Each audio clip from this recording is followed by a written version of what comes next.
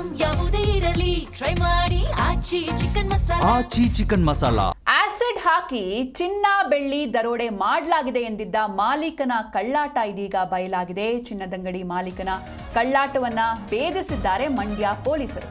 Acid ಹಾಕಿ ಚಿನ್ನ ಹಾಗೂ ಬೆಳ್ಳಿಯನ್ನ ದರೋಡೆ ಮಾಡಿದ್ದಾರೆ ಎಂದಿದ್ದ ಮಾಲೀಕನ ಕಳ್ಳಾಟ ಇದೀಗ ಬಯಲಾಗಿದೆ. ಚಿನ್ನದಂಗಡಿ ಮಾಲೀಕನ ಕಳ್ಳಾಟವನ್ನ ಭೇದಿಸಿದ್ದಾರೆ ಮಂಡ್ಯ ಪೊಲೀಸರು. ತನ್ನ ಬಳಿ ಇದ್ದ ರಾಸಾಯನಿಕವನ್ನ ಮುಖಕ್ಕೆ ಹಚ್ಕೊಂಡು ಈತ ನಾಟಕ ಆಡಿದ್ದ. ಯಾವುದೋ ಒಂದು ಕೆಮಿಕಲ್ ಹಚ್ಕೊಂಡು ಆಸಿಡ್ ಹಾಕಿದ್ದಾರೆ ಎನ್ನುವಂತಹ ನಾಟಕವನ್ನ ಈತ ಆಡಿರ್ತಾನೆ. ಲೋನ್ ಆಧಾರದಲ್ಲಿ ತಂದಿದ್ದ ಚಿನ್ನ ವಂಚನೆಗೆ ಮಾಲೀಕ ಈ ರೀತಿ ಕಳ್ಳಾಟವನ್ನ ಮಾಡಿದ್ದ. ಅಂಗಡಿಯನ್ನ ಮುಚ್ಚಿ ರಾಜಸ್ಥಾನಕ್ಕೆ ಎಸ್ಕೇಪ್ ಆಗೋದಕ್ಕೆ ಈ ರೀತಿ ಕಥೆಯನ್ನ ಕಟ್ಟಿದ್ದ ಜಿತೇಂದ್ರ ಪೊಲೀಸರ ಮುಂದೆ ತನ್ನ ಕಳ್ಳಾಟದ ಸತ್ಯವನ್ನ ಕಕ್ಕಿದ್ದಾನೆ. ಮಾಲೀಕ ಜಿತೇಂದ್ರ ವಂಚನೆ ಕುರಿತು ಪೊಲೀಸರು ಜಿತೇಂದ್ರನ ವಿರುದ್ಧ ಪ್ರಕರಣವನ್ನ ದಾಖಲಿಸಿದ್ದಾರೆ. ಕಳ್ಳಾಟವಾಡಿ ಯಾಮಾರಿಸಲು ಯತ್ನಿಸಿದ್ದ ಜಿತೇಂದ್ರ ಇದೀಗ ಪೊಲೀಸರ ವಶದಲ್ಲಿ ಇದ್ದಾನೆ. ಮಂಡ್ಯದಲ್ಲಿ ಪೊಲೀಸ್ ವರಿಷ್ಠಾಧಿಕಾರಿ ಡಾಕ್ಟರ್ ಶೋಭಾ ರಾಣಿ ಈ ಬಗ್ಗೆ ರಿಯಾಕ್ಟ್ ಕೂಡ ಮಾಡಿದ್ದಾರೆ. ಫೆಬ್ರವರಿ 10ರಂದು ದರೋಡೆ ಆಗಿದೆ, ನಮ್ಮ ಒಂದು ಅಂಗಡಿಯಲ್ಲಿ ದರೋಡೆ ಆಗಿದೆ ಅಂತ ಅಂಗಡಿ ಮಾಲೀಕ ಆರೋಪವನ್ನ ಮಾಡಿರ್ತಾನೆ. ನೀವು ಕೂಡ ದೃಶ್ಯದಲ್ಲಿ ನೋಡ್ತಾ ಇದ್ದೀರಾ. ಅಂದ್ರೆ ಯಾರೋ ಬಂದು ಆಸಿಡ್ ಹಾಕಿ ನಮ್ಮ ಅಂಗಡಿಯಲ್ಲಿರುವಂತಹ ಚಿನ್ನ ಹಾಗೂ ಬೆಳ್ಳಿಯನ್ನ ದೋಚ್ಕೊಂಡು ಹೋಗಿದ್ದಾರೆ ಅಂತ ಈತ ಹೇಳಿರ್ತಾನೆ. ಆದ್ರೆ ಆತ ಮುಖಕ್ಕೆ ಯಾವುದೋ ಕೆಮಿಕಲ್ಸ್ ಹಚ್ಕೊಂಡು ಈ ರೀತಿ ನಾಟಕ ಆಡಿದ್ದ. ಕೊನೆಗೂ ಈತನ ನಾಟಕ ಬಯಲಾಗಿದೆ. ದಿನಾಂಕ 10/2/2026 ಯಾರೋ ದುಷ್ಕರ್ಮಿಗಳು ಇಬ್ಬರು ಬಂದು ಅವ್ರಿಗೆ ಆ್ಯಸಿಡ್ ಅಟ್ಯಾಕ್ ಮಾಡಿ ನಂತರ ಅವರ ಜ್ಯುವೆಲ್ರಿ ಶಾಪಲ್ಲಿರೋದು ಚಿನ್ನ ಮತ್ತು ಬೆಳ್ಳಿನ ಕದ್ಕೊಂಡೋಗಿರ್ತಾರೆ. 170 ಗ್ರಾಮ್ ಚಿನ್ನ ಮತ್ತು 8 kg ಬೆಳ್ಳಿ ಕದ್ಕೊಂಡೋಗಿರ್ತಾರೆ ಅಂತ ಅವರು ತಿಳಿಸಿರ್ತಾರೆ. ತದನಂತರ ಅವ್ರ ಮುಖದಲ್ಲಿ ಒಂದು ಕಲೆ ಇರ್ತದೆ, ಅರ್ಧ ಮುಖ ಕಲೆ ಇರುತ್ತೆ. ಅದು ಆಲ್ಮೋಸ್ಟ್ ಇದು ಆ್ಯಸಿಡ್ ಥರನೇ ಒಂದು ಅಟ್ಯಾಕ್ ನಡೆದಿರೋ ಥರ ಇರುತ್ತೆ. ಬಟ್ ಅದು ಕಣ್ಣು ಭಾಗದಲ್ಲಿ ಇರಲ್ಲ ಆ ಒಂದು ಕಲೆ. ಇವ್ರನ್ನ ವಿಚಾರಣೆ ಮಾಡಿದಾಗ ಕೂಲಂಕುಷವಾಗಿ ಗೊತ್ತಾಗುತ್ತೆ. ಅವ್ರದ್ದು ಆ್ಯಕ್ಚುಲಿ ಸ್ಪಾಟ್ ನೋಡಿದ್ರೆ ಅವ್ರದ್ದು ಮಹಾಲಕ್ಷ್ಮಿ ಜ್ಯುವೆಲರ್ಸು ಪೊಲೀಸ್ ಸ್ಟೇಷನಿಂದ ಸುಮಾರು ಒಂದು ವಿದಿನ್ 100 ಮೀಟರ್ಸ್ ದೂರದಲ್ಲಿ ಇರುತ್ತೆ.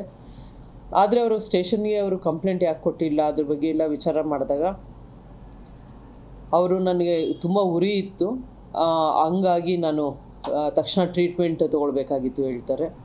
ತದನಂತರ ಹೇಳ್ತಾರೆ ಅವರು ಯಾವುದೋ ಸ್ಪ್ರೇ ಮಾಡಿದರು ನನಗೆ, ನಾನು ಅನ್ಕಾನ್ಷಿಯಸ್ ಇದ್ದೆ 45 ಮಿನಿಟ್ಸ್. ತದನಂತರ ಯಾರೋ ಒಬ್ಬರು ಕಸ್ಟಮರ್ ಇದು ಬಿಡಿಸ್ಲಿಕ್ಕೆ ಬಂದರು ಒಡವೆ. ಆ ಸಮಯದಲ್ಲಿ ಅವರು ಎಚ್ಚರಿಕೆ ಮಾಡಿದ್ರು ಅಂತ ತಿಳಿಸಿರ್ತಾರೆ. ಇದೆಲ್ಲನೂ ನೋಡಿದಾಗ ಆಮೇಲೆ ಅವರು ಹಾಕಿರುವಂಥ CC ಕ್ಯಾಮ್ರಾ ಅದು ಕಳ್ಳತನ ಮಾಡಿರ್ತಾರೆ.